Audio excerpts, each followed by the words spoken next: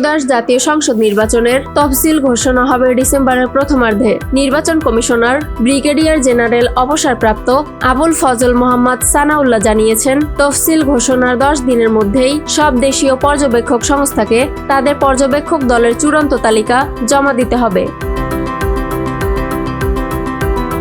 মঙ্গলবার সকাল 10:30টায় নির্বাচন ভবনে দেশীয় পর্যবেক্ষক সংস্থাগুলোর প্রতিনিধিদের নিয়ে দিনব্যাপী সংলাপ শুরু হয়। উদ্বোধনী বক্তব্যে নির্বাচন কমিশনার সানাউল্লাহ দাবি করেন, 2026 সালের জাতীয় নির্বাচন হতে যাচ্ছে বাংলাদেশের ইতিহাসে সবচেয়ে স্বচ্ছ ও সুষ্ঠু নির্বাচন। তিনি বলেন, এর ব্যত্যয় ঘটানোর চেষ্টা করলে কাউকে ন্যূনতম ছাড় দেওয়া হবে না। তিনি আশা প্রকাশ করেন, এবার ভোটার উপস্থিতিও হবে অনেক বেশি। সংলাপে প্রধান নির্বাচন কমিশনার এএমএম নাসির উদ্দিন পর্যবেক্ষকদের রাজনৈতিক সংশ্লিষ্টতা এড়িয়ে নিরপেক্ষ দায়িত্ব পালনের নির্দেশ দেন। তিনি বলেন, ভালো নির্বাচন আয়োজন আমাদের দায়িত্ব। পর্যবেক্ষক সংস্থাগুলো ইসির সহযোগী হিসেবে কাজ করবে, এটাই প্রত্যাশা।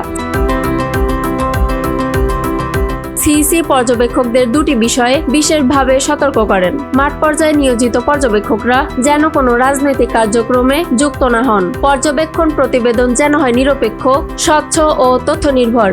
তিনি আরো বলেন, আমাদের নিজস্ব সুপারভাইজারি মেকানিজম থাকবে, তবে আপনাদের চোখ দিয়েই আমরা নির্বাচন দেখতে চাই।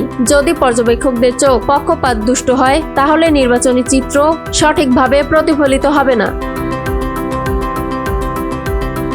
সিইসি সাংবাদিক ও পর্যবেক্ষকদের গুরুত্বপূর্ণ ভূমিকার কথা উল্লেখ করে বলেন, আমার সিসি ক্যামেরা হলো পর্যবেক্ষক আর সাংবাদিকরা। এছাড়া নতুন পর্যবেক্ষক সংস্থাগুলোকে প্রশিক্ষণের ব্যবস্থা থাকবে বলেও তিনি জানান।